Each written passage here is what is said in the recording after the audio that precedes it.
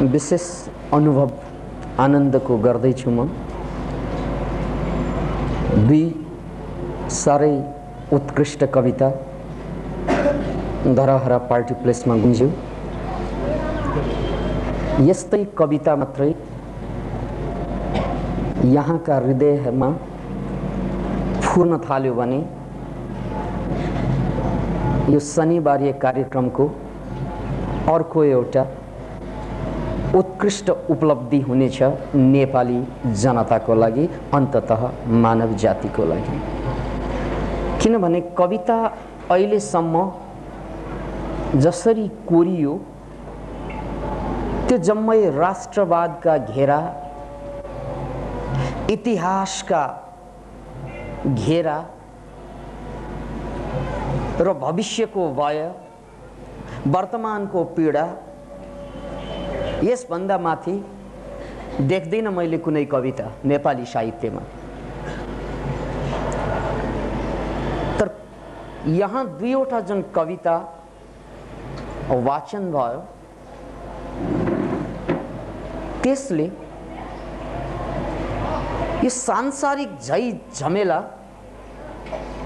राष्ट्रिय समस्या, यो सांस्कृतिक उहापोह, यो सभ्यताको अभिमान स्वाभिमान सबैलाई तोडेर फोडेर आफू भित्रको त्यो आफूको विशुद्ध गुणगान भएको छ, त्यो भनेको नयाँ युगको सुरुवात हो।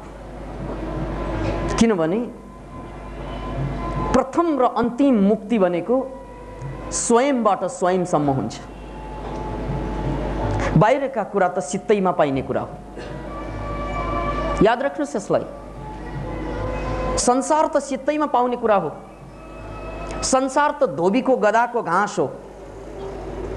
धोबीको गधाको घाँस के भने होला? को धोबी को गधाको घाँस कथा भन्नुपर्छ। धोबी जसले गधा पाल्छ, गधालाई काम दिन्छ भारी बोकाउने, बिहानदेखि बेलुकासम्म, बेलुकादेखि बिहानसम्म। गधाले खूब परिश्रम गर्छ। त्यसको पारिश्रमिक स्वरूप, ज्याला स्वरूप एक भारी घाँस दिन्छ गधालाई धोबीले। पारिश्रमिक स्वरूप, परिश्रमको पारिश्रमिक स्वरूप गधाले पाउने हो घाँस। तर त्यो घाँस चौरमा त्यत्तिकै फल्छ। जसको लागि परिश्रमको आवश्यकता थिएन, ऊ दिनभरि बिहानदेखि बेलुकासम्म, बेलुकादेखि बिहानसम्म जोड्छन्। त्यही गधा हौं हामीहरू, पक्का गधा। किनभने यो संसार त धोबीको गधाको घाँस हो, सित्तै पाउने। कुन पन्छीले परिश्रम गर्छ मित्र? कुन गाई गोरुले परिश्रम गर्छ मित्र? कुन बाघले परिश्रम गर्छ मित्र? प्रकृतिले सबै कुरा तपाईलाई सित्तैमा दिएको। तर त्यसैको लागि तपाईले पैसा तिरी मेहनत गरी यसरी आएको भातलाई यसरी हातले घुमाएर खाएको, अनि भन्छ मेरो हात दुख्यो, दुःख भयो अरे। किन नहुनु? हात घुमाइजो रहेछ। यसरी खान मिल्ने ठाउँमा तपाईले यसरी खाने परम्परामा हुर्कनु भयो। त्यसकारण जिन्दगीमा जे गरे पनि सुख पाइँदैन। कसरी पाउनु? किन भन्नाले सुख त थियो नै, दुःख आफैले बनाएको हो। याद राख्नुहोस्। एउटा बाल ब्रह्मचारी सानो उमेरदेखि जंगलमा तपस्या गर्दै थिए। त्यतिकैमा शहरमा आए। जीवनमा पहिलोचोटि गाउँ शहरमा घुम्दै थिए भिक्षाटनको लागि। एकजना केटी देखिएछ, हातमा भिक्षा दिनको लागि तत्पर। उनको आँखा परेछ केटीको स्तनमाथि। जिन्दगीमा कहिल्यै केटी नदेखेको। देख्न साथ अचम्म लाग्छ, के हो यो? उसले आँखा सानो सानो पारेर हेर्न खोज्छ, के होला यो? अनि भन्छ, बहिनी यत्रा ठुला ठुला खटिरा छातीमा दुख्दैन भन्छ। यो सुनेर बहिनीलाई लाग्छ यो मोरा साधुले जिस्क्याउँदैछ मलाई। यो लकीरका फकीर हो, यो असली फकीर होइन यो। यसले मलाई साधुको भेषमा डाकु आइरहेछ यहाँ। मेरो यौवनको छेडखानी गर्दैछ यसले। चिच्याएर आमालाई बोलाइन्। आमा अगाडि आउँछ, देख्छ बाल ब्रह्मचारी, आमाको अनुभवले नाप्छ।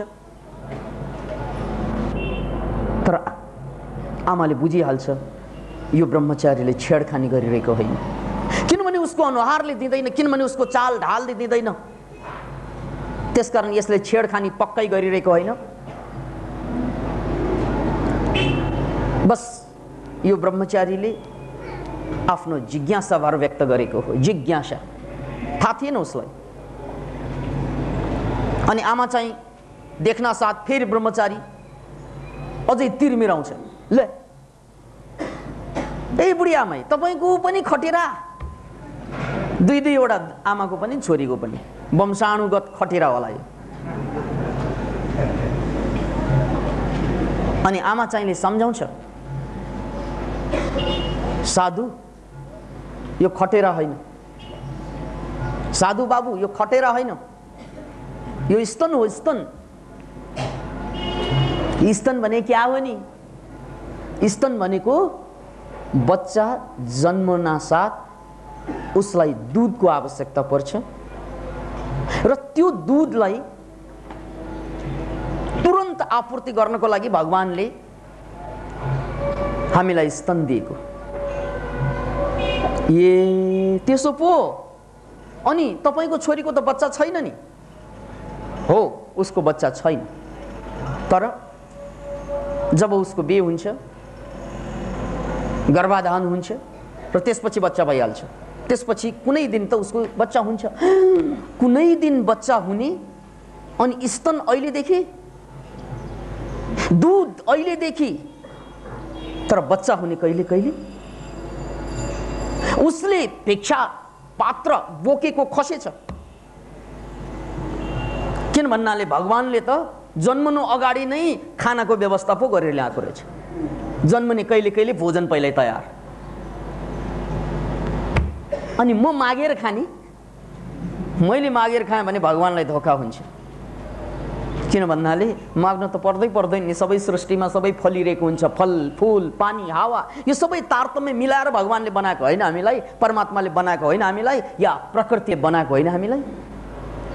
त्यसकारण याद राख्नुस्, खानको लागि बाँच्नु भनेको गधाले घाँस मेहनतका साथ पाए जस्तै, इज्जतका साथ। कसैले एक डोका पाउँछ, कसैले दुई डोका, कसैले त्यो पनि पाएन भनेर झगडा गर्छ। कोरिया गएर खानु पर्यो रे घाँस, लाइन कस्छन्, घाँसै खानु पनि कहाँ पुग्छन्, कहाँ पुग्छ।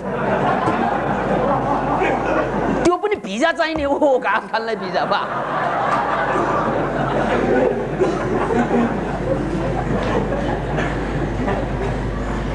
याद राख्नुस्, घाँस खानेहरूलाई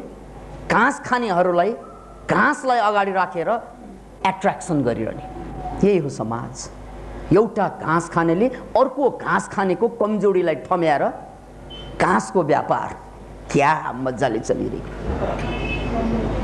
किनभने पार पनि के हुने हो यो?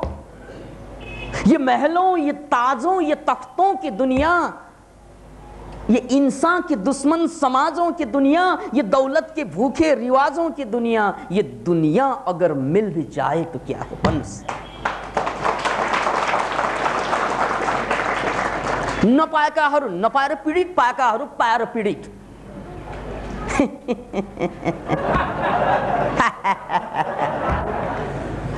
एउटा खान नपाएर छटपट भएको छ, अर्को खानु पाएर छटपट भइरहेको छ। ल हेर्नुस् त, छटपटको पनि बडा गजबको कहानी छ मित्र। एउटा पाएर छटपट, एउटा नपाएर छटपट। पाएर छटपट र नपाएर छटपट, दुईजना छटपटाहरूको हटपटले देश चलाउन खोज्छ, समाज धान्न खोज्छ, संसार हाँक्न खोज्छ। यो छटपटाहरूको गेमभित्र हामी मान्छे पिल्सिरहेका छौँ। अनि हामीलाई के लाग्छ, कुन छटपट ठिक, यो ठिक कि यो ठिक? हामीलाई चोइस कस्तो भने, एकजना अपराधीलाई चोइस दिएको छ, कुन चोइसमा जाने, गोली खाने कि फाँसीमा चढ्ने? क्या चोइस? यही चोइस हो। हामी संसारमा आए, नागरिकता पाए, नेपाली भएर, कसैले भारतीय भएर पाउँदो हो, कसैले अमेरिकन भएर पाउँदो हो, ग्रीन कार्ड रे क्या। तर यो चोइस यही हो, तिमीलाई नागरिकता दिएको छु, अब भन् यो पाएको छटपटमा मर्ने कि नपाएको छटपटमा मर्ने, choice is yours darling, that's all. केही पनि होइन। के दुनिया खोजेको यो समाजले? ये महलों, ये ताजों, ये तख्तों की दुनिया, ये दौलत के भूखे रिवाजों की दुनिया, ये इंसान के दुश्मन समाजों की दुनिया। ये दुनिया अगर मिल भी जाए तो क्या है? जलाओ फूंक डालो ये दुनिया, जलाओ फूंक डालो ये दुनिया, तुम्हारी है तुम ही संभालो ये दुनिया। लज्जा तेरो दुनिया हो तै संभाल। किनभने यो छटपट र त्यो छटपटको बीचमा रोजाई चाहन्नौ हामीहरू। We don't want it। हामीले विद्रोह गर्न सक्नुपर्छ भित्रबाट, जुन क्रान्तिसम्म यात्रा गर्छ। त्यो विद्रोह भनेको अभावको छटपट र सम्भ्रान्तिको छटपट बीचको रोजाई। अहिलेसम्मको छटपट त्यही हो मान्छेको। नो, दुवै छटपट छटपट नै हुन्, दुवै पीडा पीडै हुन्, दुवै जलन जलनै हुन्। त्यसकारण रोजाई यस्तो नगरौँ। एउटा कहानी मेरो मस्तिष्कमा उर्लिरहेछ। कसैको मस्तिष्कमा के उर्लन्छ, मेरो मस्तिष्कमा कुरा भन्दै कहानी उर्लिरहेछ। त्यो कहानीलाई मैले यहाँहरू समक्ष पेशै गर्नुपर्छ। एकजना अपराधी समातियो, त्यसपछि न्यायाधीशले यस्तै चोइस दिएछ हामीलाई जस्तै। चोइस के त? या त 10 लाख रुपैयाँ जरिवाना तिर्ने, 10 लाख, 10 करोड पनि हुन सक्छ त्यो, यदि नेता अपराधी पर्यो भने अथवा अपराधी नेता पर्यो भने, जे पनि हुन सक्छ। हाम्रो देशमा त्यही भइरहेछ। 10 लाख रुपैयाँ या त तिर्नुपर्छ या त से कोर्रा खानुपर्छ। त्यो पनि सक्दैन भने ठिक छ, एउटा अर्को चोइस छ, 1 किलो प्याज खानुपर्छ, काँचो प्याज। यो चोइस बडा गजबको चोइस छ। It's a very wonderful choice. या 10 लाख रुपैयाँ या से कोर्रा या 1 किलो प्याज। त्यो मान्छेको याद आयो, वाह, विकासानन्दको प्रवचनमा जहिले पनि प्याजको महिमा हुन्छ, यहाँ त बडो गजबको कुरा। 1 किलो प्याज र के भएर प्याज पनि खान पाइने? अस्तिसम्म भ्रष्टाचार अनाचार अत्याचार गरेको त्यो प्याज खाएर चाहिँ म पचाइहाल्छु नि। लाग्यो उसलाई, प्याज खान थाल्यो। जिन्दगीमा कहिल्यै प्याज खाएको थिएन। ब्याज खायो होला मोराले, तर प्याज कहिल्यै खाएको थिएन। काँचो प्याज क्या, पकाएर खाने सबैलाई थाहा छ। किन भन्नाले जसरी खानालाई पकाउँदा पकाउँदा मर्छ, त्यस्तै चाहिँ समाजमा मान्छे बाँच्दा बाँच्दै मर्छ। यहाँ बाँच्दा बाँच्दै मर्छ भनेको शारीरिक रूपमा होइन, मानसिक रूपमा। अनि त्यो पकाएको प्याज जस्तै, न भिटामिन न मिनरल्स, खत्तम। अनि प्याज यस्तै प्याज हामी जम्मै। त्यसकारण बडो रमाइलो कुरा यहाँनिर के छ त भन्नाले, प्याज खाने चोइस भन्नासा ठिक छ, कहाँ 10 लाख तिरिरहनु। प्याज खाउँ, प्याजमा त धेरै किसिमका औषधीय गुण छ, खाउँ त्यही। प्याज खान थाल्यो। विकासानन्दको प्रवचन झिलिक्क झुलुक्क सुनेको होला, प्याज खानुपर्छ भनेर। तर मनोक्रान्ति दर्शनभित्रको क्वान्टमिजम चाहिँ सुन्न पाएन मोराले। किनभने मनोक्रान्ति दर्शनमा भोजनको ठुलो च्याप्टर छ, त्यसमा प्याजको महिमा अपरम्पार। भन्दा भन्दै एउटा चुस्स भनिहालौँ, एलर्जीको औषधि हो प्याज। याद राख्नुहोस्, नोट गर्नुहोस्, एलर्जीको औषधि हो प्याज। त्यसकारण कोही पनि मान्छेले एलर्जीले सतायो भने प्याज खाने, तर कति खाने त्यो थाहा पाएन भने प्याजले लिन्छ ज्यान। पानीले बचाउँछ ज्यान, ग्लासमा हालेर खायो भने, पोखरीमा हाम फाल्यो भने थाहा हुन्छ। पानी त पानी नै, पोखरीमा यहाँ पनि पानी, त्यहाँ पनि पानी, नाकमा पनि पानी, चाकमा पनि पानी, अनि थाहा हुन्छ। त्यसकारण पानी आफैमा जानलेवा पनि छैन, पानी आफैमा जान देवा पनि छैन। त कुन मात्रामा युज हुन्छ? मनोक्रान्ति दर्शनमा केही चिजको निषेध नहुनुको कारणै त्यही हो, क्वान्टमिजम अथवा परिमाणवाद। परिमाण कति खाने? त्यसकारण मैले एलर्जीमा प्याज खानु त भनिहालेँ प्रसङ्गवश, तर कति खाने त्यो पनि याद राख्नुहोस्। किनभने यहाँ 1 किलो प्याजको सजाय पाएको छ। क्या सबै रोग जाने हो कि? 1 किलो प्याज खाँदा त्यत्तिकैमा उनले प्याज टिप्दै खान थालेछ। जिन्दगीमा कहिल्यै काँचो प्याज नखाएको पोल्न थालेछ, नाकबाट पानी बगेछ, आँखाबाट पानी बगेछ, कान चर्मराएछ, हुँदा हुँदा पेट पोल्न थालेछ, छाती पोल्न थालेछ, सम्पूर्ण शरीर डगमगाउन थालेछ एउटै प्याजमा, कहिल्यै नखाएको। अब खानुपर्छ त्यहाँ 1 किलो, एउटै प्याजमा ऊ लखतरान भइसके। यहाँबाट पनि जिन्दगीभर जति उनले घुस खाएको, बेइमानी गरेको, अन्य अत्याचार गरेको, त्यो जम्मैको सजाय एउटै प्याजले उसले भोगिसकेको छ। तर यहाँ खानु चाहिँ 1 किलो नभए कोर्दा खानुपर्छ, नभए 10 लाख तिर्नुपर्छ। त्यत्तिकैमा ऊ पीडित, ओहो एउटै त खान सक्दैन, अर्को कसरी खाने? तर 10 लाख त म कहाँ तिर्छु र खान्छु। अर्को पनि खान थाले, 2वटामा त ऊ आगो दन्किन थालेछ भित्रबाट। याद राख्नुहोस्, प्याज त खानुपर्छ दिनको एउटा, बस द्याट्स अल। त्यो पनि 2 छाक खानामा आधा आधा मात्रा त यो हो। अब यहाँ छ खानु चाहिँ 1 किलो एकैपल्ट। 2वटा प्याज खाँदा उसको बाउको बिहे देखे, तेस्रोमा हात हाल्दा बाजेको बिहे पनि देख्न थाल्यो।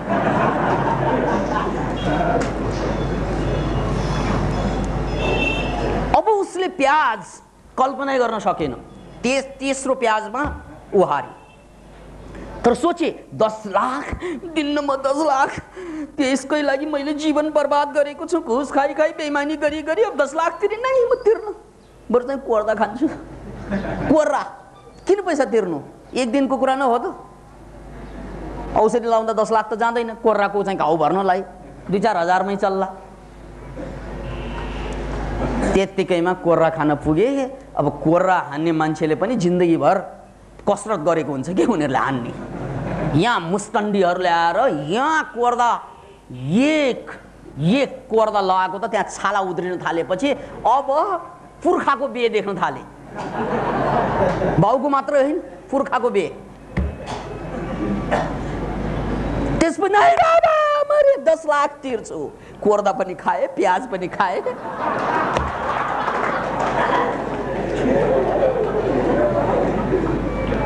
जिन्दगी बचाउने मान्छेहरूको हालत यही हो मित्र। हाँसेर कति लुकाउने? तुम इतना जो मुस्कुरा रहे हो, क्या गम है जिसको छुपा रहे हो रे। क्या हाँसेर के गर्ने मित्र? गर्ने के?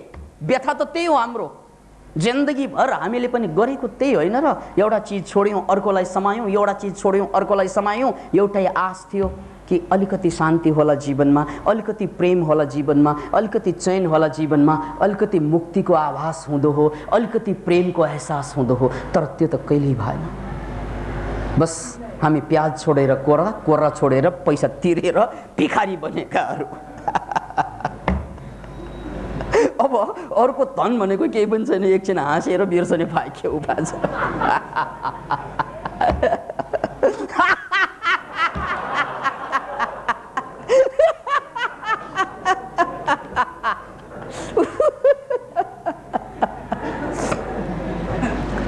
याद राख्नुहोस्, यहाँनिर मैले तथागत गौतमलाई जोड्नुपर्छ। किनभने हिजो मात्रै बुद्ध जयन्ती, समय सान्दर्भिक छ। बुद्ध जसले भोग विलासको जिन्दगी, राजपाटको जिन्दगी, शिक्षाको जिन्दगी सबै पाएका थिए। सबै पाएर पनि छटपट भएको मान्छे एकजना सिद्धार्थ गौतम पनि थिए। याद राख्नुहोस्, सिद्धार्थ गौतम त्यो भन्दा ठुलो नमुना अरु के हुन सक्छ कि जसले सबै पाए, नपाएर छटपट हुने छँदैछन्, तर पाएर छटपट हुनेमा पर्छ सिद्धार्थ गौतम। त्यही छटपटको आगो निभाउनको लागि अरु राजा रजौटाले भए एउटा राज्य जित्यो भने मन शान्त हुँदो हो भनेर अर्को राज्यलाई चाहिँ जित्न खोज्दो हो। जसरी सद्दाम हुसैनले गरेका थिए नि कुवेतमाथि, छटपट यहाँ आगो लाग्यो अनि उसलाई के लाग्छ, कुवेतलाई खायो भने शान्त होला। त्यसरी शान्त कहाँ हुन्छ मित्र? प्राय राजा रजौटाहरूको सबभन्दा ठुलो दुर्भाग्य यही हुन्छ, आगो लाग्छ भित्र, त्यो आगोलाई निभाउनको लागि उनले के सोध्छ, एउटा राज्यले पुगेन, राज्यको विस्तार गर्नु पर्यो। अब फेरि ऊ हमला गर्न जान्छ, त्यही सिलसिलामा जिन्दगी बर्बाद हुन्छ उसको। ऊ कहिल्यै सुखी हुन सक्दैन। त्यो नेपोलियन बोनापार्टको कुरा गरौँ त। नेपोलियन बोनापार्ट जो एउटा सानो परिवार, कोर्सिका भन्ने सानो द्वीपमा जन्मेको मान्छे, जो सम्राट बने, संसारलाई थर्काए, त्यो मान्छेले एक ठाउँमा भनेका कि म भन्दा यस देशको एकजना किसानको जीवनमा बढी शान्ति देख्छु म। एकजना किसानको जीवनमा जुन आनन्दको एहसास देख्छु म सम्राट भइसकेँ, तर मैले जीवनमा 5 दिन पनि आनन्दको देखिनँ, शान्तिको देखिनँ, प्रेमको देखिनँ। म भन्दा एकजना किसान बडो महान छ। म भित्रबाट सम्पन्न पटक्कै छैन। किसान भित्रबाट सम्पन्न छ, बाहिरबाट दरिद्र छ। म बाहिरबाट सम्पन्न छु, तर भित्रबाट दरिद्र छु। यही फरक त्यो किसान र ममा। यही एउटा भ्रम होला मान्छेमा, याद राख्नुहोस् यसलाई। यति मात्रै फरक छ त्यो किसान र हामीमा, अथवा त्यो नभएका र भएकाहरूमा। भएकाहरू र नभएकाहरू भनेको केही पनि होइन, शून्य। नभएकाहरूसँग एउटा शून्य छ, भएकाहरूसँग 2-4 हजार शून्य होला, तर शून्य त शून्य होइन। जति गुन्ने गरे पनि शून्य शून्य। थाहा छ, म धनी मान्छे। किन भन्नाले मसँग 10 लाखवटा शून्य जम्मा गरेँ मैले। अरे मोरा, 10 लाखवटा शून्यको माने थाहा छ? 10 लाखको शून्य भन्ने शून्य। एउटा शून्य भन्नु र 100वटा शून्य भन्नु, 1000वटा भन्नु, लाखवटा भन्नु, एउटै कुरा हो। के कमाउने के? जति कमाए पनि अर्को एउटा शून्य थप्ने हो, अरू के थप्ने हो? भ्रम जागृत हुन्छ। हेर, तपाईको छोरा त धन्य, हिजोसम्म गरिब केही पनि थिएन, एउटा शून्य थियो, आज त 2-2वटा शून्य बनिसक्यो। 4-4वटा काठमाडौँमा घर बनाए। याद राख्नुहोस्, घर भनेको पनि शून्य हो। किन भन्नाले बेच्ने त शून्य होइन।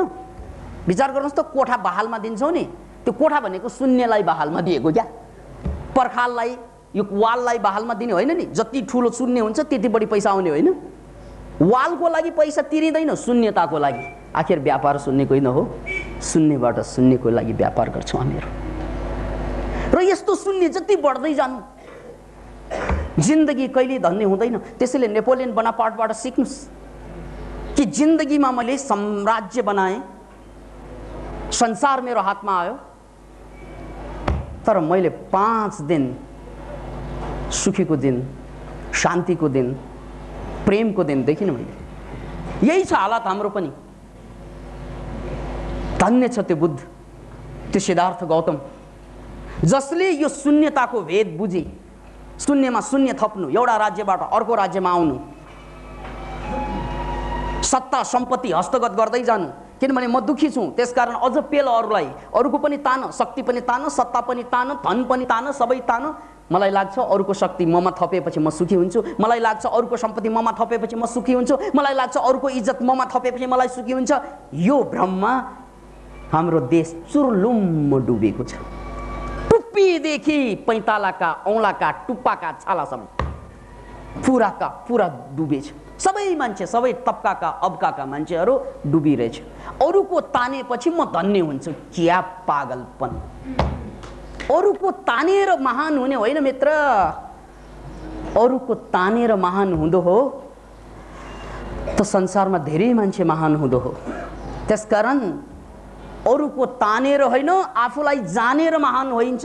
त्यो कुरा सिद्धार्थ गौतमले बुझे, र त उनले छोडिदिए राजमहललाई, त्यागिदिए राजमहललाई, खोजे आफूभित्र, आफूलाई चिन्न खोजे, जान्न खोजे, बुझ्न खोजे। यही प्रोसेसमा, यही प्रक्रियामा उनले 6 वर्ष ध्यान साधना गरे। याद राख्नु, 6 वर्ष, 29 वर्षको उमेरमा गृहत्याग, 35 वर्षको बुद्ध पूर्णिमामा बुद्धत्वको प्राप्ति। कहानी यही बताउँछ। र त्यसपछि पहिलो सन्देश संसारलाई, सिद्धार्थ गौतम बुद्ध भइसकेपछिको पहिलो सन्देश मृगदाव वन, सारनाथ, बनारसमा सुरु गरे। 5 वटा ब्राह्मणहरूलाई पञ्चभद्र वर्गीय ब्राह्मणलाई। यो पहिलो उपदेश थियो बुद्धको, बुद्धत्व उपलब्ध भइसकेपछि। र यो पहिलो उपदेशमा उनले चतुर्य सत्य, 4वटा नोबल ट्रुथ अगाडि सारे कुरा। त्यो 4वटा आर्य सत्य भनेको एउटै सत्यको 4वटा पाटो मात्रै हो। याद राख्नुहोस्, राजमहल भोगेका र भोगेर त्यागेका मान्छे थियो। राजमहल भोगेका, भोगेर त्यागेको, त्यसपछि ज्ञान ध्यानमा डुबेको, डुबेर पनि निक्लेको, पार तरेको मान्छे थियो। अनि उनले सन्देशमा सत्यको रूपमा प्रकट गरेको कुरा संसारलाई चकाचौँध पार्ने। आज पनि, हिजो पनि, आज पनि, किनभने उनले सत्यको नाउँमा एउटै कुरालाई अगाडि सारे, त्यो हो दुःख सत्य। दुःख सत्य, अरू कुनै पनि सत्य छैन संसारमा। सत्य दुःखै मात्रै हो। भए पनि दुःख, नभए पनि दुःख। हिजो पनि दुःख, आज पनि दुःख। सत्ता भित्रकाहरू पनि दुःख, सत्ता बाहिरकाहरू पनि दुःख। जागिर भित्रका पनि दुःख, जागिर बाहिरका पनि दुःख। पाएका पनि दुखी, नपाएका पनि दुखी। दुःखै दुःख जताततै।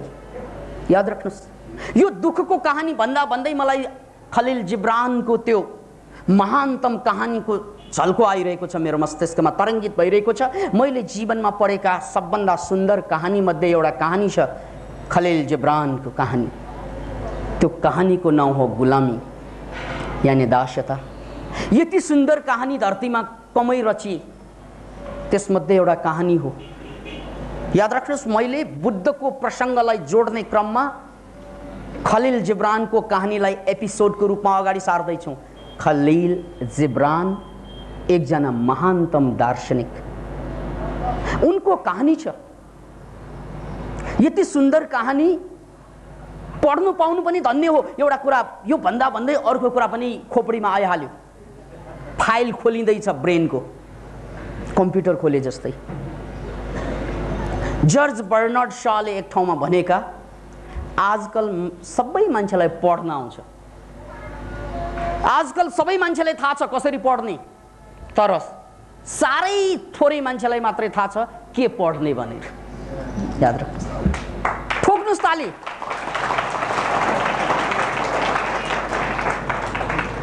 किनभने योभन्दा ठुलो हामीलाई गाली अरू के हुन सक्ला। सबैलाई थाहा छ कसरी पढ्ने, तर कसैलाई मात्रै थाहा छ के पढ्ने। त्यसकारण त हामी के पढ्छौँ? समाचार पत्रिका पढ्लाउनुहोस्, या त हिंसा पढ्छौँ, या त नेताका कुराहरू, या त अभिनेताका कुराहरू। अरू त मतलब कमै हुन्छ हामीलाई। किनभने कसरी पढ्ने थाहा छ, तर के पढ्ने अझै पनि थाहा छैन। म त भन्छु पत्रकार बन्धुहरूलाई कसरी लेख्ने राम्ररी थाहा छ उहाँहरूलाई, तर के लेख्ने अझै थाहा छैन उहाँहरूलाई। याद साहित्यकारहरूको पनि हालत त्यही छ, कसरी लेख्ने राम्ररी थाहा छ, खालि गाली गलोज गरेर। बडो गजब छैन र नेपालको चाहिँ राम्रा राम्रा साहित्यकारहरू। यसरी सोच्नुहोस् त, खालि नेगेटिभ कुरा, बाल की खाल खिच्न भन्छ नि, बालको पनि खाल खिच्ने काम गर्छ। यो भएन, त्यो भएन, त्यो भएन, के भयो त, के हुन्छ त्यो पनि त बताउनु पर्यो। यो भएन त्यो भएन भनेर भड्काएर मात्रै के गर्ने जनतालाई? के हुन्छ त्यो बताऊ। यदि बताउन सक्दैन भने कलमलाई भाँच्दिउँ। के काम त्यो कलम जसले कि के गर्नुपर्छ भन्न सक्दैन, के गर्नु, यो भएन त्यो भएन। किन मान्छेले खाएपछि हग्छ नि, हगिएको भएन भन्ने क्या, दिशा सुँगेर गनायो भन्ने। अरे भाइ, यो कलमको गल्ती हो। यो खालि दिशाको बारेमा व्याख्या गर्दै अचेल मान्छे गनाइरहेका छन्, हगे पनि गनाउँछ, जहाँ पनि गनाउँछ। ल खालि दिशा मात्रै सुँगेर, हगेको मात्रै सुँगेर गनाई गनाई गनाई भन्न त भन्न पाइँदैन। किन राम्रा कुराहरू पनि त्यहाँ प्रशस्त होलान्। यसको मतलब मैले दुर्गन्धको चर्चा नगर्नु भनेको होइन, चर्चा गर्नुहोस्, तर त्यहाँ सुगन्धको पनि त चर्चा गर्नु पर्यो, राम्रो पक्षको पनि त चर्चा गर्नु पर्यो। खैर, बर्नार्ड शाको कुरा। अब हामी पछिल्तिर फर्कँदैछौँ, अगाडि धेरै बढियो, अब पछि आउँ, बर्नार्ड शाको कुरामा आउँ। आजकल मान्छेहरूलाई, थोरै मान्छेलाई थाहा छ कसरी के पढ्ने भन्ने कुरा, कसरी पढ्ने भन्ने कुरा सबैलाई थाहा छ। त्यसकारण खलिल जिब्रान बडो मार्मिक भाषामा यहाँ भन्नुहुन्छ, त्यसलाई चाहिँ आँखा बन्द गरेर एकचोटि चित्रण गरौँ। गुलामी, दासता। उहाँ भन्नुहुन्छ, मैले 5000 वर्षको मानव जातिको इतिहासमा बेबिलोनदेखि लिएर सिन्धु घाटीसम्म मान्छेको पश्चातको खोजी गरेँ। नील सभ्यतादेखि लिएर जेरिको सभ्यतासम्म मान्छेहरूको पश्चातलाई पछ्याएँ, तर सबै ठाउँमा मान्छेहरूको खुट्टाका बेडी बाहेक, बेडी भनेको जन्जिर बाहेक मैले केही पनि भेट्टाइन, गुलामीको जन्जिर बाहेक। 5000 वर्षको इतिहासमा खुट्टाका जन्जिर कसरी कसरी बाँचिरहेको सभ्यता मात्रै देखि।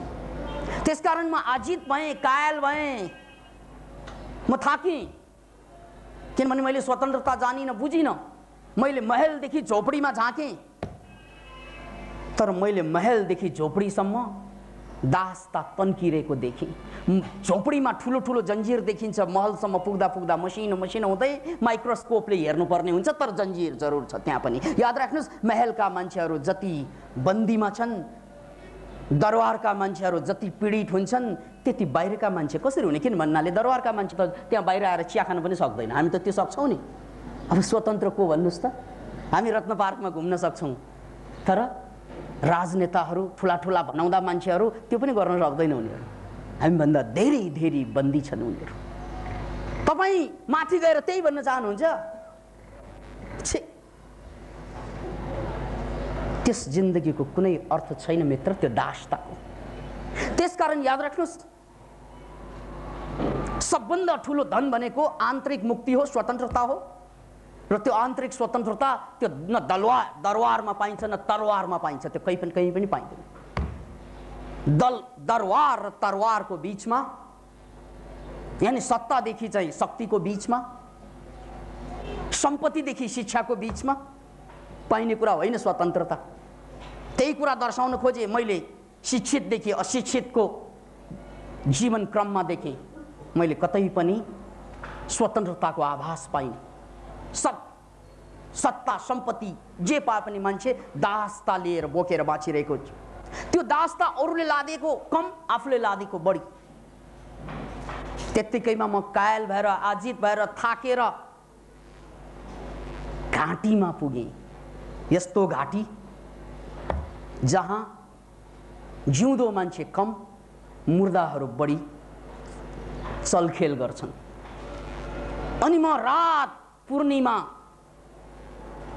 सायद त्यो बुद्ध पूर्णिमै हुँदो हो, त्यहाँ एउटा मैले छाया देखेँ, एउटा आत्मा छाया, स्त्री आत्माको छाया।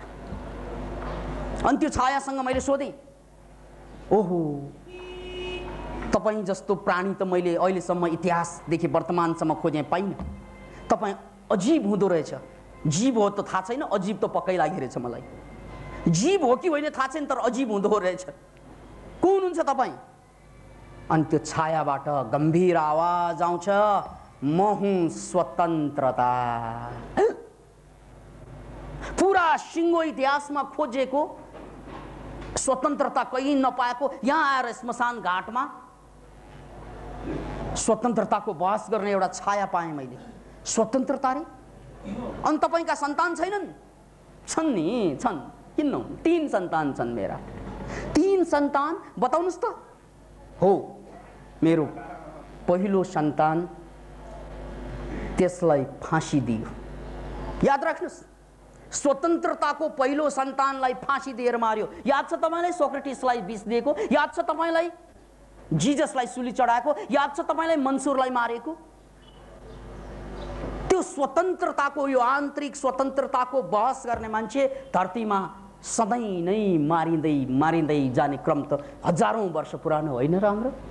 त्यसकारण ऊ भन्छन्, हो, म स्वतन्त्रता र मेरो पहिलो सन्तान, त्यसलाई फाँसी दिइयो। समाजले उसलाई बाँच्न दिएन। र यो कुरा पनि याद राख्नुहोस्, जिजसलाई फाँसी दिन अगाडि त्यहाँ भोटिङ भएको थियो। भोटिङ भनेको चुनाव गराएको थियो। त्यहाँ चोर एकजना पनि थियो र जिजस पनि थियो। एउटा पर्वमा, उनीहरूको पर्वमा, ज्युजहरूको पर्वमा एउटा अपराधीलाई छोड्नु पर्ने भन्ने नियम छ।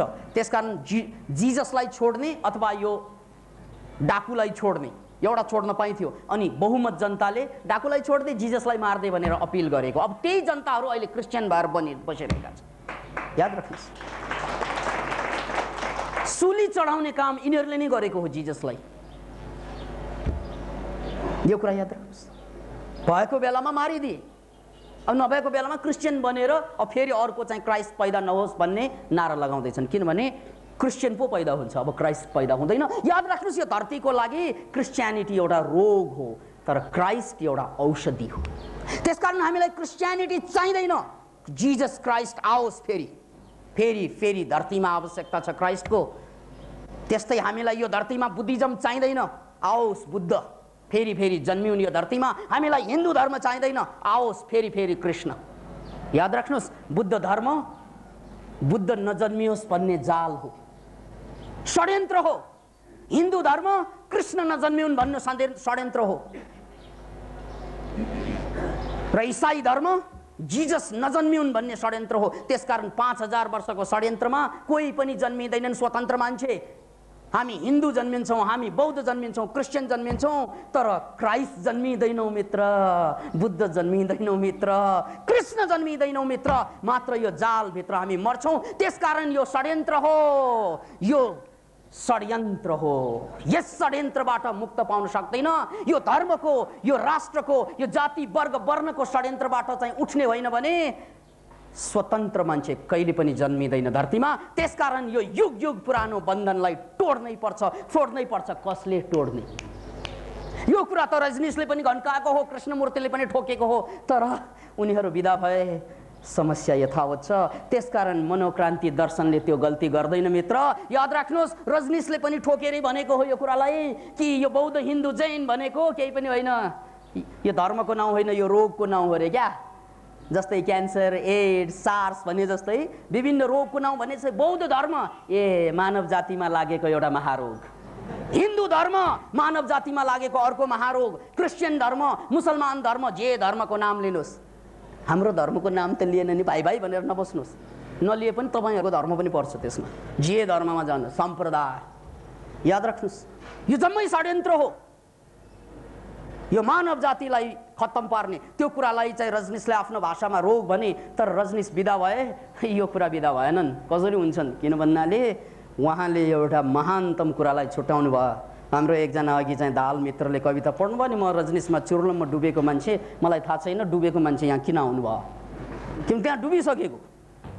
सायद त्यही कुरा उहाँले बुझ्नु भएको होला कि रजनीशले राम्रै व्याख्या गर्नुभएको हो त्यो कुरालाई, तर त्यो कुराको परिवर्तनको लागि राम्रै केही पनि गर्नु भएन।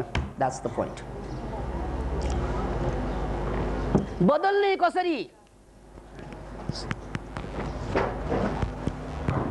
सवाल व्याख्या होइन, सवाल समस्याको व्याख्या होइन, सवाल बदल्ने हो। किनभने व्याख्या मात्रै गर्ने हो भने फेरि व्याख्यामा अर्को एउटा हिन्दू हुनु हुँदैन, बौद्ध हुनु हुँदैन, जैन हुनु हुँदैन, मनोक्रान्तिवादी बन्ने। अनि मनोक्रान्तिवादी बन्नु पनि बन्धन हो। याद राख्नुहोस्, अर्को बन्धन। यो बन्धनमा नफस्नुहोस् तपाईँ, यो पनि बन्धन हो। यो कुरालाई याद राख्नुहोस्। तपाईँले सबैलाई छोडेर अब म मनोक्रान्तिवादी बने, त्यो पनि बन्धनै हो मित्र। त्यो तबसम्म बन्धन हुन्छ। त्यसकारण मैले मनोक्रान्तिलाई चाहिँ एउटा एरोको रूपमा भन्ने गरेको छु। यो एउटा एरो हो, यसले बाटो देखाउँछ। यो एरो नै यही हो लक्ष्य भनेर नबस्नुहोस्, लक्ष्य देखाइरहेछ यसले। लक्ष्य के हो? क्रान्ति। याद राख्नुहोस्, भित्रको अनि बाहिरको। यो एरो मात्रै हो। यदि तपाईँले ठिकै रहेछ, हाम्रो देशमा पनि एकजना चाहिँ आखिर दार्शनिक जन्मिहाल्यो, कतिले लेखे त्यो कुरा पनि, त्यसकारण राम्रै भयो, राम्रो केही पनि भएको छैन। अर्को एउटा घाँरो, पहिलाकै घाँरो बाँकी छ त्यहाँ।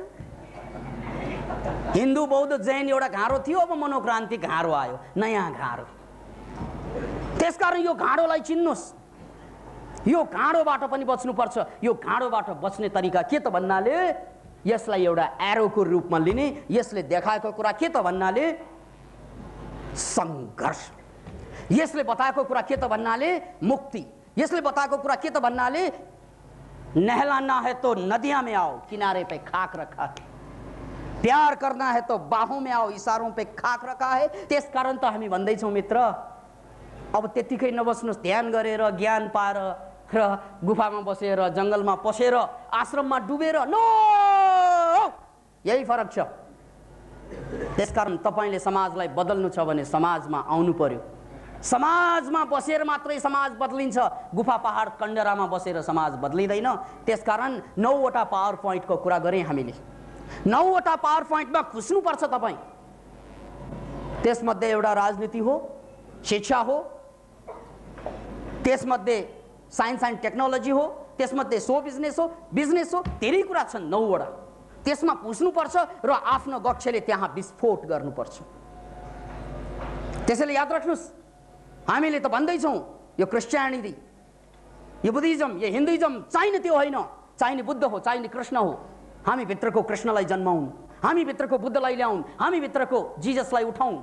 त्यसको लागि सबभन्दा ठुलो कुरा राजनीतिमा परिवर्तन हुनुपर्छ, व्यापारीहरूमा परिवर्तन हुनुपर्छ, टप मोस्ट व्यापारीमा, टप मोस्ट कलाकारहरू परिवर्तन हुनुपर्छ, सबै क्षेत्रका टप मोस्ट मान्छेहरू। अब सबै क्षेत्रका टप मोस्ट मान्छे जहाँ जहाँ छन् उनीहरू परिवर्तन भएनन् भने हामीहरू त्यो टप मोस्ट लेभलमा पुग्ने जमर्को गर्नुपर्छ। त्यसकारण मैले मुक्तिको कुरा पछि गरेँ, पहिलो त माइन्ड टेक्नोलोजीको कुरा अगाडि ल्याएँ। मैले त सबभन्दा पहिला तपाईँहरूलाई पावर पोइन्टमा जाने कुरा गरेँ। मैले त सबकन्सियस माइन्डको कुरा गर्दैछु। रजनीशको कुरा गरौँ या बुद्धको कुरा गरौँ, सिधा सुपर कन्सियसको व्याख्या गर्नुहुन्छ उहाँहरूले, गरे, ठिक छ, त्यो कुरा आफ्नो ठाउँमा। तर विकासानन्दले सुपर कन्सियसको कुरा चाहिँ कम, सबकन्सियसको कुरा बढी गरे। किन भन्नाले सबकन्सियसले तपाईँलाई इम्पावर गर्छ, तपाईँलाई पावरफुल बनाउँछ। तपाईँ पावरफुल भएर त्यो ठाउँमा पुग्नुपर्छ। तपाईँ त्यहाँ नपुगेसम्म परिवर्तन असम्भव हुन्छ। आखिर स्कुलमा गएर पढ्ने त त्यही होइन। जति यहाँ शिक्षाको विरोध गर्नुहोस् तपाईँले, जति लाख भन्नुहोस् यो शिक्षा काम छैन, यसले बर्बाद गर्यो, गुलामी तयार गर्यो, ठिकै छ, बच्चा जन्माइहालेपछि स्कुलमा पठाइहाल्नुपर्छ। या के गर्ने? जति सुन्नुहोस् तपाईँले स्कुलमा पठाउनुपर्छ भन्ने तपाईँको बाध्यता होला। यहाँनिर मलाई एउटा चाहिँ जोक याद आयो। एकजना मान्छे यस्ता थिए कि मसँग उनी भन्थे, म त बिहे गर्दिनँ यार, म त बिहे गर्दैन, किनभने बिहे गर्नु भनेको बर्बादी, शादी बर्बादी। मैले बुझेँ, त्यस कारण म कहिले बिहे गर्दैन, ऊ चाहिँ ठोकेर भन्दै थिए। र एक दिन मैले उनलाई चाहिँ एउटा सानो बच्चो बोकेर हिँडेको देखेँ। अनि मैले भने, यार तिमी चाहिँ बिहे गर्दैन भन्दै थियो, बिहे नगर्ने रे, अनि यो बच्चा कहाँबाट आयो त? अनि उनले के भने, बिहे नगर्ने त भनेको हो। अनि मैले मेरो एकजना चाहिँ साथी मैले यस्तो भेटाएँ, ऊ पनि विवाहको विरोधी, दुईको कुरा मिल्यो। म पनि बिहे नगर्ने, ऊ पनि नगर्ने, हामी सँगसँगै हिँड्न थाले, सेयरिङ केयरिङ जम्मै गर्दा त्यो त पछि त बिहे भइरहेको। ल यही हालत छ विद्रोहीहरूको यो संसारमा कि नेताहरूको यही हालत हुन्छ। सत्ता प्राप्त नभएसम्म क्रान्तिकारी, अनि सत्तामा गएपछि क्रान्तिलाई दमन गर्ने उनीहरू नै तत्त्व हुन्छन्, हान गोली। किन भन्नाले तल चाहिँ भन्नु सजिलो छ, त्यो कुरा बडा सजिलो, तर ताकत छ भने सिंहासनमा बसेर भन्नु न त्यो कुरा, त्यो न हो दिगो क्रान्ति। याद राख्नुहोस्, अब्राहम लिङ्कनले सिंहासनमा बसिसकेपछि त्यही क्रान्ति गरेको थियो। दास प्रथाबाट दुनियाँलाई मुक्ति, लज्जा, त्यो पो क्रान्ति। किन भन्नाले त्यो तल तल दास प्रथा हुँदैन, चाहिँदैन, दास प्रथाले मान्छेलाई खत्तम गर्यो, त्यो त जसले पनि भन्छ, जसले पनि भन्छ। याद राख्नुहोस्, गोलीको महिमा बन्दुकमा फिट नभइसकम्न आउँदैन मित्र। त्यो गोली चट्ट लिएर हानु, मैले हानु गुरकान, बन्दुक नभेटाएका गोलीको कुनै अर्थ हुँदैन मित्र। त्यसकारण खोज्नुहोस् बन्दुक आफ्नो, गोली त तपाईँ हुनुहुन्छ नै। तपाईँको जन्मै गोली फुटुक्क निस्कनु भयो नि गोली जस्तै, हो गोली त हौ नै हामीहरू, त्यो त सन्देशै थियो त्यो। अब यहाँ बन्दुक नभेटाएर पो गाह्रो भयो यहाँ। त्यसकारण म भन्छु तपाईँहरूले बन्दुक खोज्नुपर्छ। त्यो बन्दुक भनेको 9 वटा पावर पोइन्ट, तपाईँ जसको लागि जन्मनु भएको हो त्यो तपाईँको पावर पोइन्टमा नपुग्ने हो भने चाहिँ हामीलाई बर्बाद पारिदिन्छ। अहिलेसम्मको मानव जातिको इतिहास त्यही हो। त्यसकारण यो अहिलेसम्म चलेका कृष्णमूर्ति, रजनीश या चाहिँ साई बाबाका अभियान र मनोक्रान्तिमा फरक त्यही हो। उहाँहरूले मुक्तिको व्याख्या गर्नुहुन्छ, तर वर्तमान र विद्यमानमा भइरहेको वातावरण चेन्जको लागि खासै योगदान गर्न हुन्न। मनोक्रान्ति दर्शनको उद्देश्य के त भन्नाले मुक्ति त छँदैछ, त्यो त सुरुबाट नै गर्नुपर्छ र अनि त्यसपछि काम के त भन्नाले वातावरणको परिवर्तन। पहिला व्यक्तित्वको परिवर्तन, व्यक्तिको परिवर्तन, त्यसपछि वातावरणको परिवर्तन। किनभने वातावरण परिवर्तन भएन भने हामी जति चिच्या पनि दास प्रथा हुँदैन भने पनि दास प्रथा कायम रहन्छ। तर जब हामी सत्तामा पुग्न सक्छौँ, जब हामी चाहिँ शिक्षाको पिकमा पुग्न सक्छौँ, जब हामी कलाकारिताको पिकमा पुग्न सक्छौँ, त्यहाँबाट त्यसलाई विस्फोट गर्न सक्छौँ। किनभने हामीसँग ताकत हुन्छ, हाम्रो पछाडि लाखौँ हुन्छ, अनि हामीले सुरु गरेका कुरालाई अरूले पछ्याउनेछन्। महाजन येन गता सपन्था, याद राख्नुहोस्, महाजन येन गता सपन्था, जहाँबाट महाजन महापुरुष हिँड्छन् त्यही बाटो हो। त्यसकारण महापुरुषको पछि होइन, तपाईँ महापुरुष बन्न सिक्नु। सन्देश यसरी लिनुहोस्, यसलाई याद राख्नुहोस्। महाजन येन गता सपन्था, यसको मतलब महापुरुषको पछि पछि लाग। कम अर्थ लिनुहोस्, बढी अर्थ त यही लिनुहोस्, म पनि महापुरुष बन्नुपर्छ, अन्यथा मैले बाटो कहिले पनि पाउँदैन जीवनमा। अब हिन्दू बनेपछि कहाँ कृष्ण बन्ने, सक्यो कुरा। बौद्ध बनेपछि कहाँ बुद्ध बन्ने, सक्यो कुरा। जैन बनेपछि कहाँ महावीर बन्ने, सक्यो कुरा। रजनीशी बनेपछि कहाँ रजनीश बन्ने, सक्यो कुरा। साई भक्त बनेपछि साई बाबा कहिले बन्ने, सक्यो कुरा। बन्ने कहिले?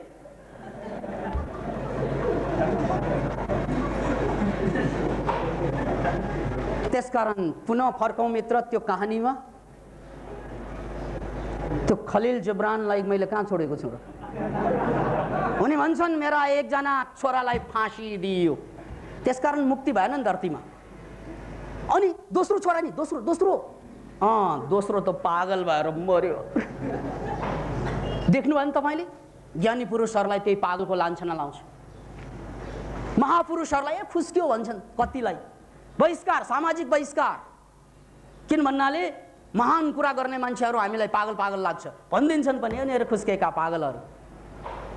त्यसकारण एउटा साँच्चैको महान आत्मा फाँसीमा चढाइन्छ र अर्को पागलको घोषणाबाट विभूषित हुन्छ। कतिले भन्छन् तिम्रो गुरु अलि पागल पागल जस्तो छ भनेर विकासानन्दलाई इन्डिकेट गर्छन्, अनि मलाई सुनाउन आउँछ। अनि मैले के भने भन्नाले, कसले भनेको मलाई पागल? मूर्खहरू, म पागल हुँ र? पागल त तँ, म त महापागल।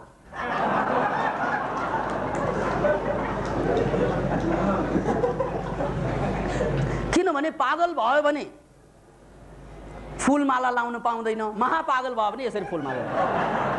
त्यो पनि किन भन्नाले चिन्नु पर्यो नि को महापागल भनेर। त्यसकारण दुईजना मित्रले दया गर्नुभयो ताकि साथीहरूलाई, यो पागलहरूलाई कन्फ्युज नहोस् कि यहाँ महापागल को हो भनेर। हो, यहाँ फुल पनि आइसक्यो, टोकन। याद राख्नुहोस्, भन्नेले कहिले छोड्छ र? कुकुरले नभुके कि बिरालोले पुग्छ?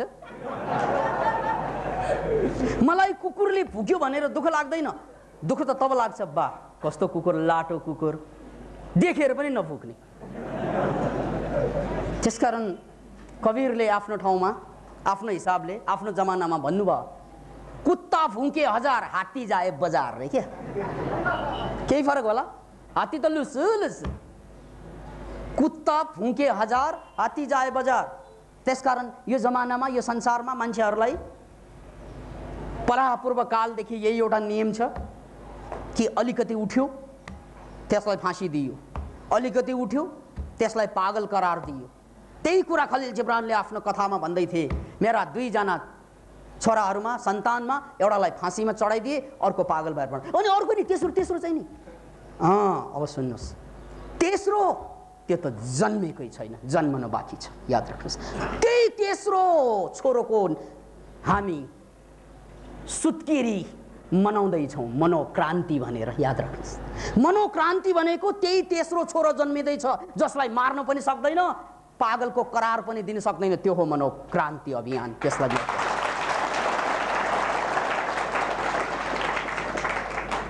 त्यसकारण यसपालि अब प्रधानमन्त्री बन्ने त त्यही मनोक्रान्तिकै कुरा गर्ने नै मान्छे बन्छ। अब अरू ऐरे गैरे नत्थु खैरेको जमाना गयो। तपाईभित्रको प्रधानमन्त्रीलाई उठाउनुहोस्, सबैभित्र छ त्यो ढुङ्गाभित्र मूर्ति हुन्छ, टोडेर हेर्नुपर्छ नचाहिने कुराहरू याद राख्नुहोस्। तपाईभित्र छ त्यो, यो देशको मात्र होइन संसारको बिल गेट्स छुपिरहेको, त्यसलाई उठाउनुहोस्। तपाईभित्रको त्यो कलाकारिता छ त्यो, त्यसलाई उठाउनुहोस्। अनि त्यो उठाउने अभियान मनोक्रान्ति हो। त्यसकारण हामीले मनोक्रान्ति अभियानमा आफूलाई बदलेर संसारलाई बदल्ने कुरा गर्यौं, किनभने संसारलाई बदलेन भने सम्प्रदाय रहन्छ। याद राख्नुहोस्, जस्तै ठुला ठुला धर्महरू जस्तै चाहिँ जस्तासुकै विरोधी र विद्रोही भए पनि किताबमा पढ्दा रमाइन्छ, अनि बाहिर गएर हेर्दाखेरि त्यही ताल हुन्छ, त्यहाँ पनि त्यही, सबै कुरा त्यही हुन्छ। गएर हेर्नुहोस् त केही पनि फरक पर्दैन। कुनै पनि सम्प्रदायमा हेर्नुहोस् त्यहाँ पनि त्यस्तै हुन्छ। एउटा उनीहरूको आफ्नै नियम हुन्छ, उनीहरूको आफ्नै चाहिँ गुरु हुन्छ, उनीहरूको आफ्नै सिद्धान्त हुन्छ, र त्यहाँबाट यताउता दायाँ बायाँ फर्कन नहुने भन्ने मनोविज्ञान बन्छ। आखिर गुलामी त गुलामी नै हो त्यो। त्यसकारण हामीले भनिरहेको कुरा वातावरणको पनि परिवर्तन चाहिन्छ, मनको परिवर्तन पहिलो कुरा, र त्यसपछि मनको परिवर्तन भइसकेका, मनमा क्रान्ति आइसकेकाहरूले वातावरण परिवर्तन गरिदिएनन् भने अर्थै हुँदैन। यही कुरा फरक छ। अब बुद्धको कुरातिर ब्याक हुँ। त्यसकारण बुद्ध भइसकेपछि दिनुभएको सन्देश संसार दुखै दुख हो, सबै दुखै दुख हो। तर दुख छ भने दुखको निवारण पनि सत्य हो। यसलाई चतुर्य सत्यमा ल्याउनु भयो उहाँले, निवारण सत्य। यदि दुख छ भने त्यसको निवारण हुन्छ। तर अहिलेसम्म हाम्रो भ्रम के त भन्नाले पाएर दुखी पाउनु र नपाएर दुख पाउनु, दुईवटा भ्रम छ। पाएकाहरू पनि दुखी, नपाएका पनि दुखी। यो गलत बाटो, यसलाई अविद्या भनिन्छ बुद्ध धर्मको भाषामा, यसलाई अविद्या। त्यसकारण बुद्धले एउटा महान वचन भन्नुभएको थियो, अविद्या परम मलम। यो पाली भाषाबाट अविद्या परम मलम भनाइको मतलब अविद्या जस्तो, अज्ञानता जस्तो ठुलो मल विकार अरू केही पनि छैन। यो अज्ञानता के अज्ञानता त भन्नाले जुन चिजले हामीलाई दुःख दिइरहेछ, फेरि त्योभन्दा ठुलो कुरा त्यो पाउनु खोज्यो भने अझ दुःख आउँछ। एउटा घर बनाएर त दुःख भइरहेछ, अर्को घर बनाएर सुखी हुने? एउटा सानो पदमा त दुःख छ भने ठुलो पदमा पुगेर सुखी हुने? नो, यसरी केही पनि हुँदैन भन्ने भ्रम मेटिनु पर्यो। अब यहाँनिर विरोधाभास कतै झल्के होला तपाईँलाई। अघि फेरि पावर पोइन्टमा पुग्ने रे, फेरि नपाउने रे। हो, पावर पोइन्टमा पुग्ने कहिले? जब आफूलाई बदलिसकेपछि। अहिले होइन मित्र, आफै सानो 12 वर्षको 13 वर्षको अथवा 6 वर्षको केटाले म पनि अर्को केटा बनाउँछु भन्नु पाइँदैन। याद राख्नुहोस्, 3 वर्षकी नानीले अर्को 1 वर्षकी जन्माउँछु भनेर भन्न पाइँदैन। उनीहरू परिपक्व हुनु पर्यो पहिला। त्यसकारण यहाँ प्राथमिकताको चयनलाई बुझ्नुहोस्। सबभन्दा पहिला मनोक्रान्तिको नारा छ आफूलाई बदल्ने, अनि पुग्ने पावर पोइन्टमा। अहिले त हामी बदल्ने कता कता, पहिल्यै पावर पोइन्ट। बदल्नुभन्दा पहिला पुगेको पावर पोइन्टले दुःख दिइरहेको यही हो। पावर पोइन्टमा पुग्यो, अब के गर्ने थाहा छैन। हाम्रो गिरिजा प्रसादजी त पुग्नु भयो नि, तर के थाहा त्यहाँ बसेपछि के गर्ने? माधवजी त पुग्नु भयो नि, तर के थाहा त्यहाँ बसेपछि के गर्ने? अब बाबुरामजी त्यहाँ जाँदै हुनुहुन्छ, मलाई थाहा छैन उहाँले थाहा बोकेर जानुभएको हो कि होइन। यदि थाहा नपाइकन अब के गर्ने भनेर थाहा नपाइकन मान्छेको मनलाई, मान्छेको तनलाई, मान्छेको बन्धनलाई, आन्तरिक बन्धनलाई मुक्ति दिने पाठ बाबुरामजीले पढेर त्यहाँ जानु भएन भने फेरि अर्को झन्झट। त्यसकारण बाबुरामजीलाई खुसुक्क भनिदिनुहोस्, मनोक्रान्ति पहिला चिन्नुहोस् है। अहिले समय अझै बाँकी छ, अन्यथा सडकमा फेरि फालिएला कुनै दिन, या माथिबाट या तलबाट। किन भन्नाले जुन कुराले जनताको मुक्ति, आत्यन्तिक मुक्ति दिँदैन, जनता ठाकिन्छ, फेडअप, त्यसपछि सडकमा ओर्लिन्छ। जनता नओर्ले पनि षड्यन्त्रको तानाबाना बुनिरहेकै हुन्छ चारैतिर। यसकारण यो भित्रको क्रान्तिको पनि आवश्यकता छ भन्ने बुझेका मान्छे त्यहाँ पुग्नु पर्यो, या त्यहाँ पुग्नेहरूले बुझ्नु पर्यो भन्ने कुरा हाम्रो कुरा हो। त्यसैले बुद्धको कुरा यहाँ बडो मार्मिक छ। दुःख छ भने दुःखको कारण छ, त्यो कारणलाई चाहिँ फेला पार्नुहोस्। अब कारण के? त्यो कारण हो तपाईको मन एव मनुष्यानाम कारणम बन्ध मोक्षयो भन्ने कृष्णको जुन वचन छ, बडो मार्मिक छ। दुःख छ भने दुःखको कारण छ, त्यो कारण हो मन। र जबसम्म यो मनलाई बुझिँदैन, काबुमा आइँदैन, ल्याइँदैन, तबसम्म दुःखबाट मुक्त हुनेवाला छैन। अनि त्यसको मार्ग छ, मार्ग सत्य। दुःख छ, दुःखको कारण छ, निवारण छ, निवारणको मार्ग छ। यही हो चारवटा चतुर्वार्य सत्य। यही हो बुद्धले पत्ता लगाउनु भएको। त्यसकारण पहिलो सत्य स्वीकार गर्नु पर्यो। मैले यहाँबाट गएर मेरो जाँचमा पास भए पनि म दुखी नै हुन्छु, मैले भोलि बिहे गर्ने भए पनि दुखी नै हुन्छु, सन्तान जन्मे पनि दुखी नै हुन्छु, सत्तामा गए पनि दुखी नै हुन्छु, मैले जे गरे पनि दुखी नै हुन्छु। अहिले गएर सिनेमा पसे पनि त्यहाँबाट फर्केपछि फेरि दुःख नै हुन्छ। त्यो कुरा बुझ्नु पर्यो। च्वाक वाक जे भेटे पनि दुःख नै हुन्छ अन्ततः, त्यो बुझ्नु पर्यो। पहिलो बुद्धको यो वचनलाई बुझौँ, जे गर्दा नि दुःखले छोड्दैन, किनभने दुःखै सत्य हो। अनि दुःख सत्य हो भने त्यसको कारण पनि थम्याउनुहोस्। त्यो कारण हो मन। जबसम्म यो आफ्नो मनलाई बुझिँदैन, आफ्नो मनको बन्धनलाई चिनिँदैन, तबसम्म दुःखबाट मुक्ति असम्भव। अनि त्यो मनलाई बुझिसकेपछि, चिनिसकेपछि त्यसलाई निवारण गर्ने मार्ग छ। उहाँले त्यसलाई आर्य अष्टाङ्गिक मार्ग भन्नुभयो। 8वटा चरण भएको मार्ग। यता योग शास्त्रमा आर्य अष्टाङ्गिक मार्ग त छैन, योग शास्त्रमा अष्टाङ्ग योग भनेर छ। यम नियम आसन प्राणायाम प्रत्याहार ध्यान धारणा समाधि। त्यही हो दुःख मुक्तिको मार्ग। किनभने बुद्ध धर्ममा त्यही कुरालाई आफ्नो पारामा भनियो। योग शास्त्रमा आफ्नो पारामा छ। बुद्ध धर्ममा भनिएको कुरा मुक्तिको मार्ग भनेको के त भन्नाले अन्तिम मार्ग भनेको ध्यान हो। नथी झानङ अपयस पैया नथी अजायतो। हेर्नुहोस्, बुद्धको सिद्धान्त 3वटा शब्दमा कैद छ: शील, समाधि, प्रज्ञा। शील भनेको rules and regulation. Rules regulation भनेको याद राख्नुहोस्, यदि रुल रेगुलेसनलाई फलो गरेन भने मान्छे कहिले पनि आफ्नो लक्ष्यमा पुग्दैन। यसलाई मैले वैज्ञानिक रूपमा प्रमाणित गर्न त्यो अमेरिकाको बार्डीको घटना, विश्वविख्यात उद्योगपति बार्डीको घटनालाई प्रमाणको रूपमा अगाडि ल्याउने छु। कोलोराडो भन्ने अमेरिकामा एउटा ठाउँ छ। कोलोराडोमा सुनको खानी भेटाइयो। त्यसपछि कोलोराडोको विभिन्न एरिया किनेर मान्छेले आफ्नो सारा सम्पत्ति लगाएर त्यहाँबाट सुन झिक्न थाले। सुन भनेको सुनको ओर, ओर भनेको कच्चा धातु, सुनको कच्चा पदार्थ झिक्न थाले। त्यो झिक्ने क्रममा एकजना मान्छेले एउटा ठुलो एरिया किने, खन्न लगाए, ड्रिलिङ गर्न लगाए, खूब ड्रिल गरे, खूब ड्रिल गरे। गर्दा गर्दा ऊ आफ्नो सम्पूर्ण पैसा स्वाहा गरिसके उसले, तर चाहिँ त्यहाँबाट सुन भेटाएन उसले। सुन नभेटाएपछि ऊ कायल भयो। अनि त्यसपछि लास्टमा गएर कायल भएर उनले बेचिदिए त्यो। अब त्यो बेचेर कसले किन्ने? सुन नभेटाएको खाल्डो कसले किन्ने? त्यसकारण बेच्नु भनेको सामान हो। ड्रिलिङ मसिनहरू आदि इत्यादि कौवाडीको खाली सिसी पुरानो कागजको भाउमा बेचिदिए। किन भन्नाले अरूले त किन्दैनन् थियो। अनि त्यो किन्ने मान्छेले एउटा अन्तिम प्रयास गरे। उनले यत्रो खनिसकेपछि मैले पनि अलिअलि खन्दा त भइहाल्छ नि, किन यो मसिन मात्रै किन्ने? अलिकति खनौ न। त्यहाँ उसले 100 फिट खनिसके, केही पनि भेटाएन। कङ्गाल भइसके, तै पनि भेटाएन, लक्षण पनि भेटाएन।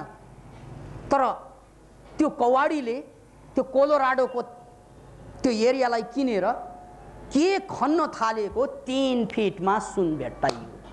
याद राख्नु, मात्र 3 फिट। हिजोसम्म खाली सिसी पुरानो कागज भन्ने मान्छे भोलिपल्ट त अरबपति। Can you imagine? तालुमा आलु फल्नु भनेको यही। कहिल्यै कल्पना नगरेको उसले अचानक 3 फिटमा सुनको खानी भेटाएको। त्यो त खन्ने काम अरूले गरिदिएको। क्या गजब! हेर्नुहोस् त, त्यस्तै हामीलाई पनि भेटाउँदो हो त। हामी पनि भेटाउँछौँ त्यस्तै। अरूले 10 वर्ष लभ गरेर छोडेका ट्वाक तुरन्तै बिहे गर्छौँ हामीहरू।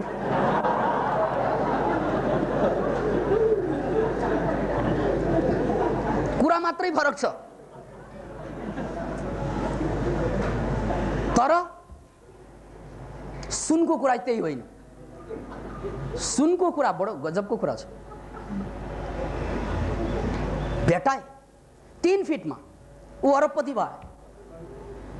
त्यसकारण सिक्नुहोस् जीवनबाट। बुद्धले भन्नुभएको छ नि, शील भनेको यही हो। शील भनेको यस्तो एउटा नियम हो जसलाई म मरेसिन मात्रै तोड्छु। त्यो प्यास जस्तै हो।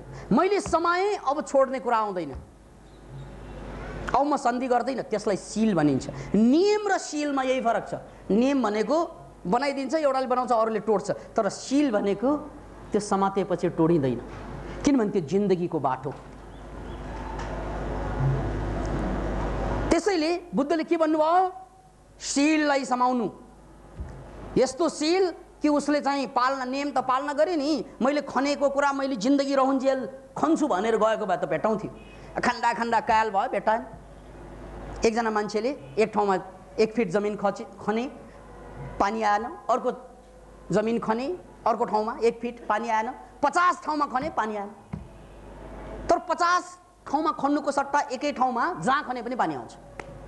याद राख्नुहोस्, 50 ठाउँमा अलग अलग खन्दा पानी आउँदैन, तर एकै ठाउँमा खन्ने भने पानी आउँछ, जहाँ खने पनि पानी आउँछ। त्यस्तै सिल भनेको यही हो मित्र। त्यसकारण बुद्धले भन्नुभयो पहिलो मार्ग हो सिल। याद राख्नुहोस्, छोड कि समाउँदै नसमाउनु, समाएपछि अब मरेपछि मात्रै छोड्छु म, मर्नुभन्दा अगाडि छोडिँदैन। याद राख्नुहोस्, मर्नुभन्दा अगाडि चाहिँ छोड्नु छ भने नसमाउनु। यहाँनिर मलाई अर्को एउटा कथा याद भयो, जुन अहिलेसम्म यो सभामा मैले भनेको थिइनँ। धेरै पहिला पढेको दादु दयालको कथा। दादु दयाल भन्ने एकजना महान सन्त, मुक्त पुरुष, मुक्ति भइसकेपछि उनको चर्चा चलेछ सहरमा। ऊ बस्थे एउटा सुदूर गाउँमा। हिजो पनि ऊ त्यहीँ बस्थे, आज पनि त्यहीँ बस्छन्, भोलि पनि त्यहीँ बस्दो हो। ऊ महान, ऊ सन्त, ऊ ज्ञानी, उसलाई कुनै दुःख छैन, पीड छैन, मर्का छैन, किनभने ऊ मनबाट मुक्त, आफ्नै बन्धनबाट छुटकारा पाएको। यो सुवास जसरी फूल फुलेपछि सुवास फैलिन्छ चारैतिर, त्यस्तै दादु दयालको सुवास फैलिए, ख्याति फैलिए। मान्छे टाढा टाढाबाट पुग्न थाले गाउँमा। र त्यत्तिकैमा एकजना अङ्ग्रेजले पनि सुने दादु भन्ने यस्तो महान सन्त भनेर। ऊ घोडा चढेर, त्यो अङ्ग्रेज जमानाको समय थियो, इन्डियाको कुरा, घोडा चढेर त्यहाँ पुगे। टाक टाक टाक टाक त्यहाँ पुगेपछि बाटोमा उसले एकजना चाहिँ बुढो मान्छे, एकदम अर्धनग्न मान्छे, काँडा चाहिँ काटिरहेको, काँडा पन्छाइरहेको देखेछ बाटोमा। अनि त्यो अङ्ग्रेज साहेबले चाहिँ भन्छन्, ओइ बुढा, यो दादु दयाल भन्ने सन्त यहाँ कहाँ बस्नुहुन्छ? अनि त्यो बुढाले यसरी हेरेछ त्यो मान्छेलाई, मुसुक्क हाँसेर के भन्छन्, खै दादु दयाल कहाँ बस्छ मलाई थाहा छैन, तर यो शरीरलाई पनि दादु भन्ने गरिन्छ क्या भन्छ। ए बुढा, ठिक ठिक उत्तर दे, के भनिरहेको थियो? दादु दयाल यो गाउँमा चर्चा छ चारैतिर, सहरमा, कहाँ बस्छ तँलाई थाहा होला? थाहा छैन हजुर, किनभने यो शरीरलाई पनि दादु भन्छ, मैले अरू दादु त चिन्दिनँ भन्छ। क्या मरा दादु भन्छ आफूलाई, घाँस काट्ने मरा घाँसे, कोर्दाले ड्याममा हिर्काएको टाउको फुटेछ। त्यतिकैमा अब अङ्ग्रेज रिसा त्यहाँबाट गएछ, गाउँमा पुगेछ। गाउँभित्र गएर त्यहाँ 2-4 जना मान्छेलाई सोधेछ, दादु भन्ने मान्छे यहाँ कहाँ भनेर सोद्धाखेरि सबैले जवाफ दिन्छ, ल बाटोमा भेटाउनु भएन, एकजना बुढा त्यो काँडा काटिरहन्छ जहिलेपरि, है त्यही दादु। जसको खोजमा थियो उसैलाई कुल्चिएर अगाडि बढेको त्यो अङ्ग्रेज कति प्रायश्चित भयो होला ऊ भित्र, जसको कारण ऊ त्यहाँ गाउँमा पुग्यो, त्यसैलाई पिटेर त्यसैलाई गाली गरेर अगाडि पुगेको ऊ साह्रै पीडित भएर फेरि घोडा चढेर चाहिँ पुगेछ त्यही ठाउँमा। अनि चाहिँ झ्वाम्म घोडाबाट हाम फालेर दादुको खुट्टा समाएर क्वाँ क्वाँ रोएछ र भन्छन् ठुलो गल्ती भयो, महान गल्ती भयो, तपाईलाई नै खोज्न आएको, हजुरलाई नै खोज्न आएको, तर मैले नचिनेर पिटेछु। ज्ञान भनेको शरीरमा आउँदैन भन्ने कुरा मैले बिर्सेँ, ज्ञान भनेको शरीरभित्र नरहने कुरा मैले बिर्सेँ। मैले तपाईँको शरीर हेरेर दादु होइन भन्ठानेको। I am really really sorry.